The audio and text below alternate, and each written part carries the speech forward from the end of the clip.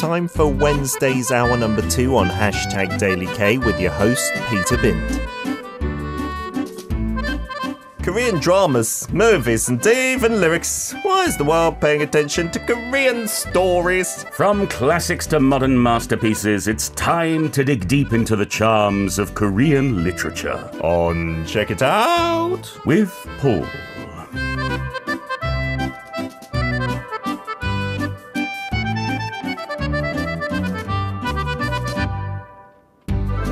It's our lovely way to punctuate the middle of the week. Paul Matthews, a literature boffin, I'd like to call him this week, is in the studio.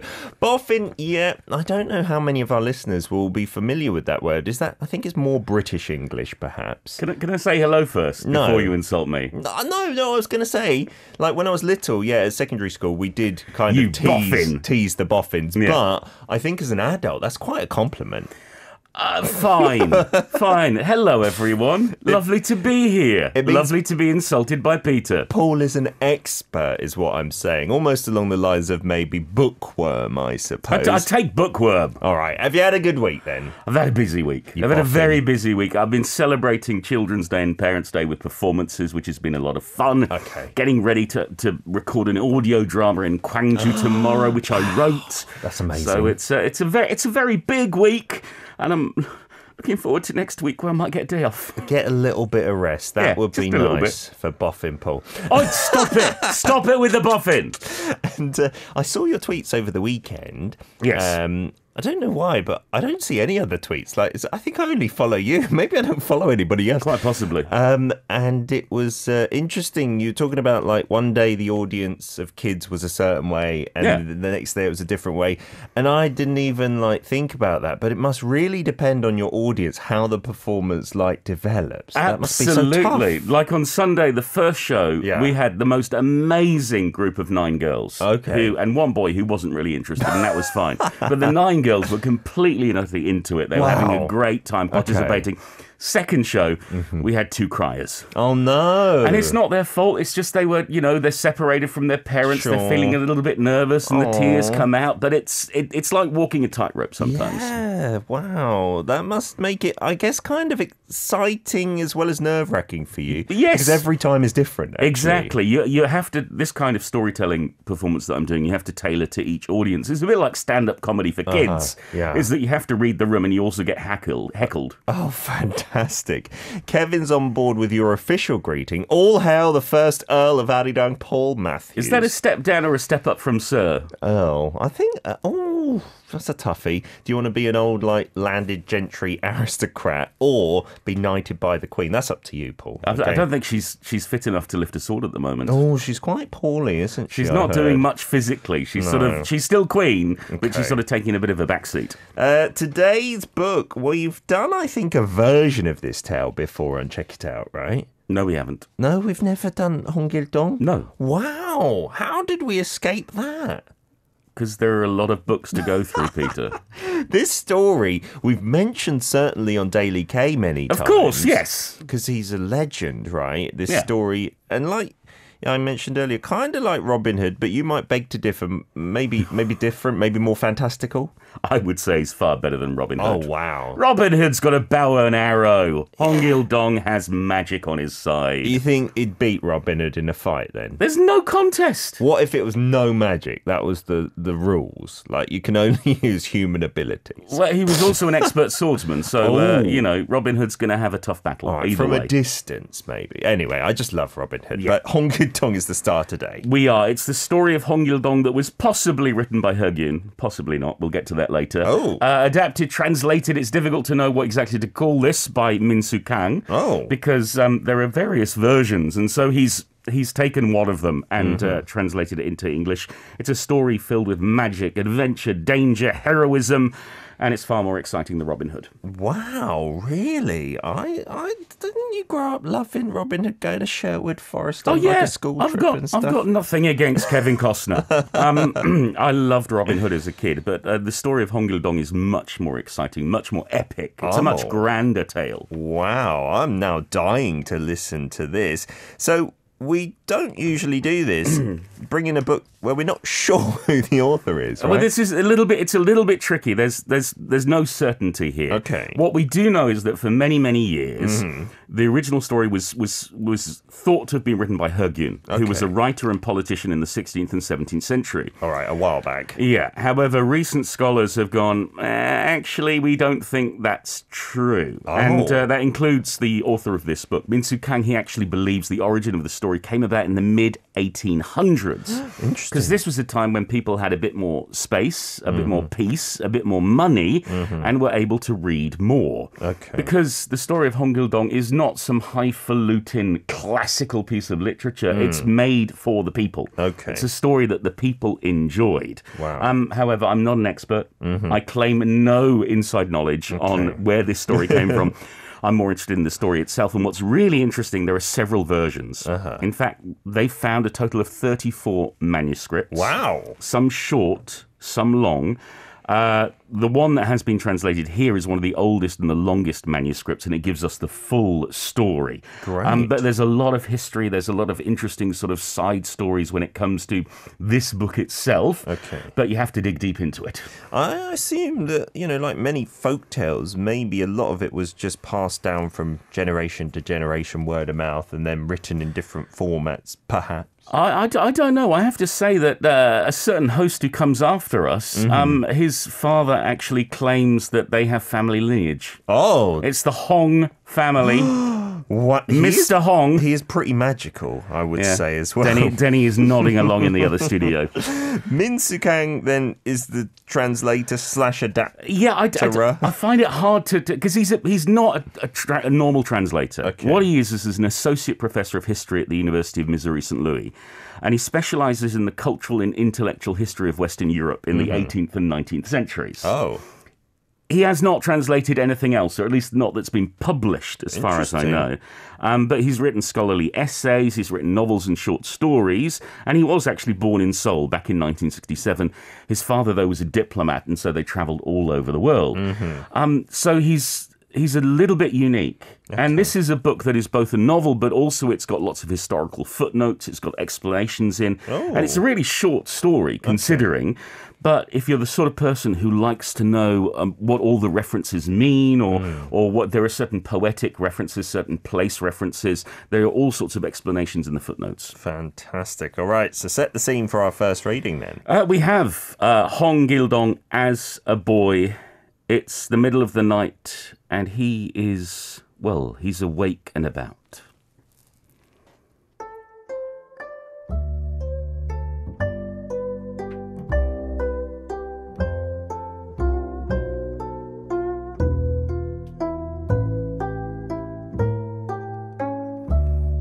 He got up and wandered about the stone stairs of the courtyard, where he performed a sword dance beneath the moon's shadows. His father, the minister, loved the fragrance of the night air in autumn, so he opened his window to gaze at the moon's hue. When Gil-dong heard him, he threw away his sword and went before him. The minister questioned him, "What are you doing prowling about in the middle of the night?" Gil-dong answered him, "I came out to enjoy the moonlight." The minister sighed and questioned him further. "What possessed you to be out there?" Gil-dong replied in a humble manner, "Of all things created by heaven, a human being is the most precious. So it is the most fortunate thing to be born a human in this world. And being born a human, it is the most fortunate thing to be born a man. And being born a man, it is the most fortunate thing to be born in the capital city. In addition to those three fortunes, I have inherited your lordship's abundant spirit and strength, and I have grown up to become a sturdy man. You have shown me nothing but deep and constant love, so I should have nothing to resent in the world. Yet all my life I have had to bear this sorrow inside me, which prevents me from looking up at heaven with pride." Two trails of tears wet Gil-dong's red cheeks as he spoke. The minister felt great pity for him, as he considered the boy who was less than 10 years old, but who could already foresee the fortunes of his entire life. He feared that expressing sympathy for his plight would aggravate his discontent. So he admonished him loudly. "You are hardly the only low-born child in a High Minister's family. How can such a young boy harbour such a great resentment? If you ever speak of this matter again, you will be severely punished." Gil-dong could only shed more tears at the minister's words as he prostrated himself over a banister in grief. After a while, the minister ordered him away, so he went to his sleeping chamber, where he could hardly console himself.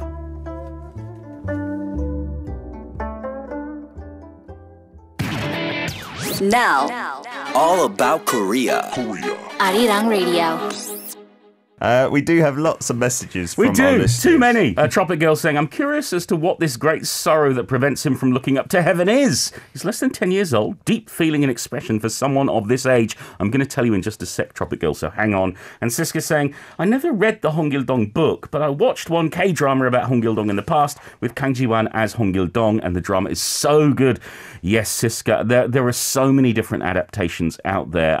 So if you're a bit lazy and don't want to read the book, there's plenty of TV and film that'll give you the story in its own particular style. Yeah, just like Robin Hood. Silver Granny Lynn also saying, "I watched a K-drama about Hong Gil-dong, I think." Yeah. Well, there are certain adaptations that maybe stray further from the original as well. If you're Korean, you will definitely know the details of the story, and in particular why Hong Gil-dong feels this way, you know, so kind of sad and down from his childhood. That's one of the main points, right? Oh, yeah, absolutely. And Benny's saying, "Oh my, the first few lines are very interesting from the start. Reminds me it's to be a powerful future. I wonder if he did take a rest. I'm going to tell you right now, Benny." Okay, so he's not a content child. He's got the foresight to see how his life might pan out due to his circumstances, right? Yes, and as a Korean, what are these important circumstances? Explain. So it said it, the minister came out with it, but you might not know this because it's not a term we use these days, a low-born child. Yeah. Right? What has happened here, Peter? So he's, I believe, like the son of not the main first wife, right? Yeah. Which is the important children. Exactly. He's the son of a concubine. So his father is the minister, but his mother is not the minister's wife, and therefore he will never be considered to be of high-born status. So yeah, and if you're low-born, well, you don't have much of a future. You can't be a yangban, you can't be a nobleman. No. And so he's sad about that. That's the reason he's unhappy, because he feels like he has all this potential, and yet he's being stopped. His growth is stunted because of his position in life. And he worries about that from a very young age. He does, from the age of 10. And so this book basically is split into 3 parts. And in this first part, we learn about his early life. And so, yes, he is low-born, but his father does love him and is amazed at his talents. Hong Gil-dong is excellent in writing. He's excellent in archery, but he can't put those talents to good use because he's not a nobleman. And in fact, the one wish he really has, the one thing he'd love to do is to be able to call his father father instead of minister, and his brother brother. But you couldn't at that time, No. right? And there's also an enemy in the house. One person, one woman who's jealous of Gil-dong, and that's a concubine named Chorang. She's got no children. She's jealous of all the attention he gets, so she plots to have him sidelined. She hires a fortune teller, brings him to the house, and tells the minister that Hong Gil-dong's potential is so great he may bring shame to the family by trying to reach above his status. And his father's like, "Oh dear, okay." So he confines him. But Chorang's not satisfied. She wants to go further, and she hires an assassin. Oh, that's extreme. It is extreme, but luckily, our little Gil-dong, our Denny Hong, has been hitting the books hard, and he's actually so clever and so skillful, he's mastered magic. Somehow. No, it's what happens when you're so clever. Of course. Have you not mastered magic? I'm not quite there yet, yeah. Peter, you disappoint me. And he senses he's in danger. And actually, he goes on to defeat his assassin in battle. Kills him, kills a couple of the co-conspirators, goes to his father and says, "Look, please let me leave. I just want to live my own life. I want to seek my own fortune. You'll understand in the morning." And his father reluctantly says, "Okay, off you go." And after Hong Gil-dong leaves, the minister finds out the truth and he banishes Chorang. Good. And we get to the second part. Now Gil-dong is wandering about trying to find his destiny. As a young adult? Yeah, he's a young man now. and he stumbles across a secret door in a mountain. And there's a village of bandits who are looking for a leader. Oh, and who might that be? Let's take it away with the second reading.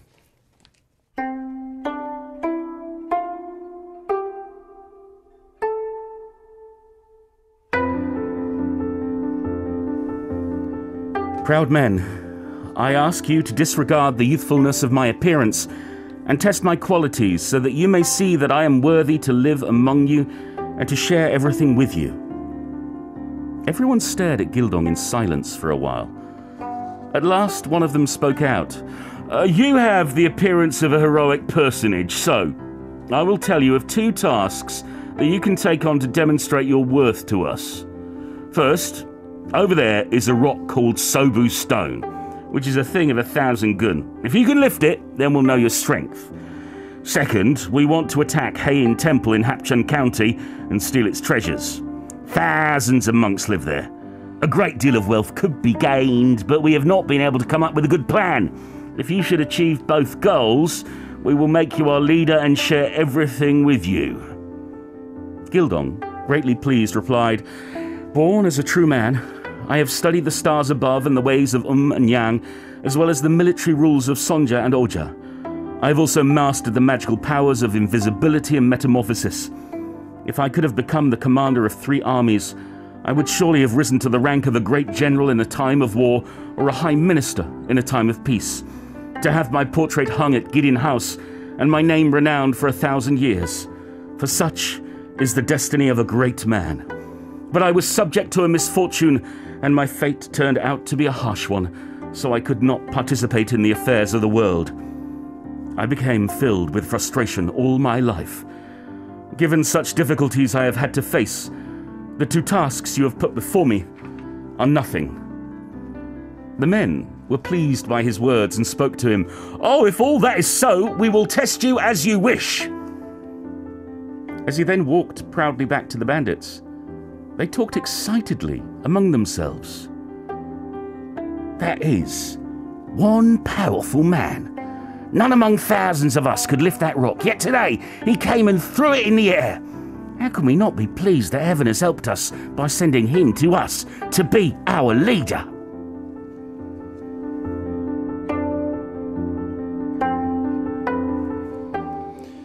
Wow, well, Hong Gil-dong is a confident little so-and-so, isn't he? From his kind of origin story, you can feel that he feels he should have been destined for these great things, right? And that's maybe the source of this magic and this ability and his effort to get to the top. Yeah, Denny takes after him. Absolutely.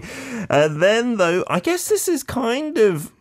Well, I guess Robin Hood was a bandit as well, but different kind of origins. In this case, it seems like this is just a band of thieves and he's decided they're going to become his kind of family. Yeah, and also they're not going to be so thievy anymore. Okay. He's a good guy. That's good.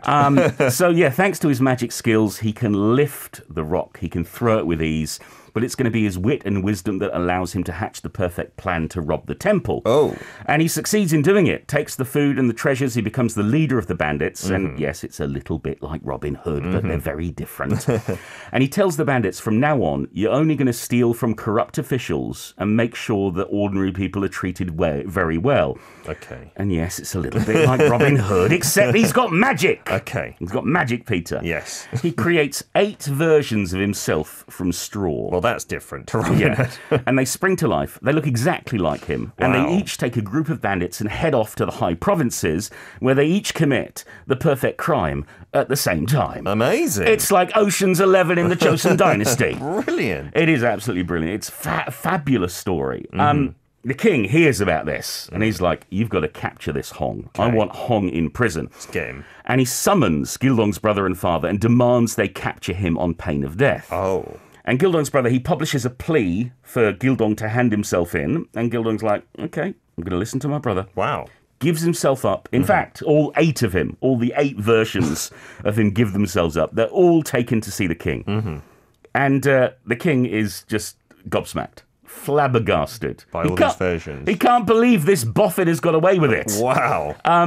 And he can't believe he's been tricked. The other versions of Gil-dong collapse to the floor, turn back into straw. Wow. And so he's like, I've got to capture him, but no one can do it. Gil-dong is too powerful. He uses his magic, he uses his wisdom, he uses all the tricks he has to evade capture until finally he gets bored and he's like, I'm going to hand myself in. Oh, for real this time? Yeah, but he's going to do it his way. Okay. So he breaks free from the shackles after he's arrested. He bows to the king. He apologizes profusely and he flies away.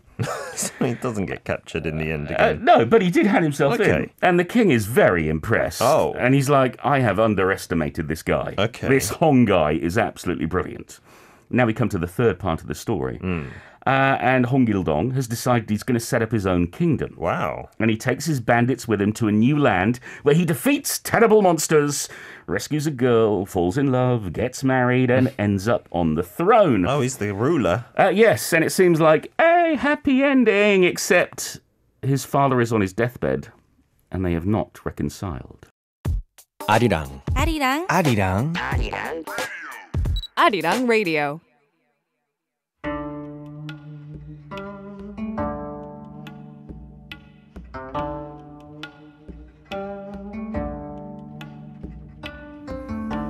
At this time, High Minister Hong was 80 years old. He suddenly fell ill, and his condition grew serious as all medicine proved ineffective. This was in the middle of the 9th lunar month. The minister summoned his wife and his son, the assistant section chief, and addressed the latter. I am 80 years old, and I regret nothing in my life except for one thing. Gil-dong may have been born of a servant girl, but his talent and courage were those of an extraordinary person. He is also my progeny. Ever since he went away, I have had to live without knowing whether my own son was alive or dead. And now I will pass from this world without seeing him again. So I feel a great sorrow in my heart. After I die, take special care of Gil-dong's mother and make sure that she lives out her life in comfort. If Gil-dong should return, then lay aside the practice of separating legitimate children from the illegitimate and act without discrimination toward him, as if you were born of the same mother as you. I ask you to honor this last command from your father. He then summoned Gil-dong's mother and took her hand. He wept as he spoke to her. The only thing I regret is that I will die without seeing Gil-dong again. He is not a feckless person, so he will not abandon you. But for me, I will not be able to close my eyes in peace, even after I have entered the land of Yellow Spring. After he finished speaking, he passed away. His wife and Chunson both fainted in grief, and the sound of wailing reverberated throughout the household, letting all know that the mourning period had begun. After the family members regained their composure, they made certain that all the rites were performed with the utmost care. They put on their funeral clothes and kept watch over the coffin in the house.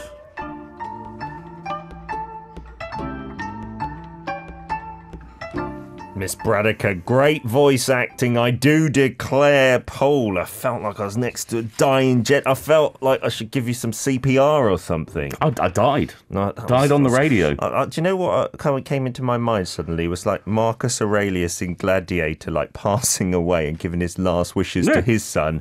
He completely ignored those last wishes. Did we find out in this book whether Hong Gil-dong's brother, quote unquote, like carries this out? Is there a kind of happy ending? Sort of. I mean, it's terrible that he never got to see his father, and he actually arrives soon after. Oh no! And he comes back and he reveals himself, and they mourn together, and they give his father the perfect burial spot in his new land. Okay. They make sure the grave is treated properly. Good.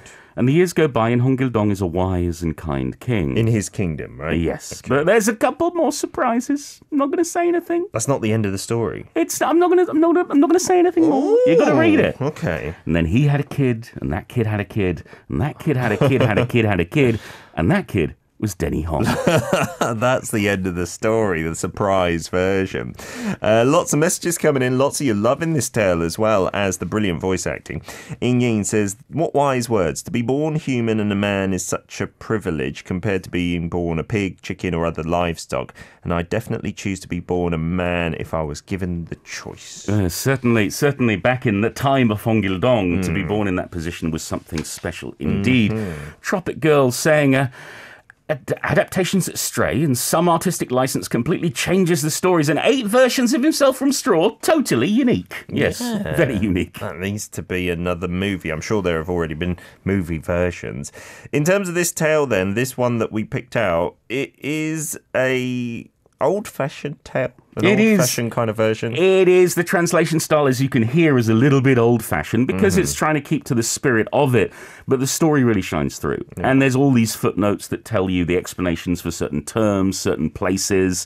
So if you're a big sort of boffin when it comes to Korean culture and history, you'll love that. Good. And this story is essential to know if you want to know about Korea. In the US, I think he used John Doe. Okay. In the UK, we say John Smith. In Korea, we say Hong Gil-dong. Yes, on all the documents, isn't exactly. If you've got an example document, the name that they use to put there will be Hong Gil-dong. And in fact, there are many translations out there. The first English translation was actually by Horace Allen Newton in 1899. Wow. 1889, excuse me. Okay. You can find it online if you want to read it for free. Brilliant. It's also been translated and published the UK, the US, Germany, France, Vietnam, Spain, and Italy. It's the power of Korean literature that goes back hundreds of years. And I have to say, I really hope we get more of these classic texts translated. I want to read them. And again, if you don't have the time to read them, as Siska and others have said, the dramas and the movie adaptations are out there. There's an easier way to consume it, perhaps conveniently. That was brilliant today, Paul. Thank you as ever. And as ever, big thanks to who? Thanks to the Literature Translation Institute of Korea for their help with copyright provision for this broadcast. Thank you to Minsoo, Kang, and whoever wrote this tale, because we're not quite sure for this brilliant, brilliant story. Next week, we're doing something a little bit different. It is O Il Pal, the 18th of May, which is a very important day in Korean modern history. So we're going to be looking at a book not by a Korean, but by an American Peace Corps volunteer, Paul Courtwright. His book came out 2 years ago. It's called Witnessing Gwangju, and it's his eyewitness account of what happened back in 1980. That's amazing. Very meaningful for the May uprising there. All right, have a wonderful week, Paul. We'll see you next Wednesday. See you next week. Goodbye. You can listen to Check It Out with Paul Matthews on Arirang Radio's #DailyK every Wednesday from 10 a.m. KST.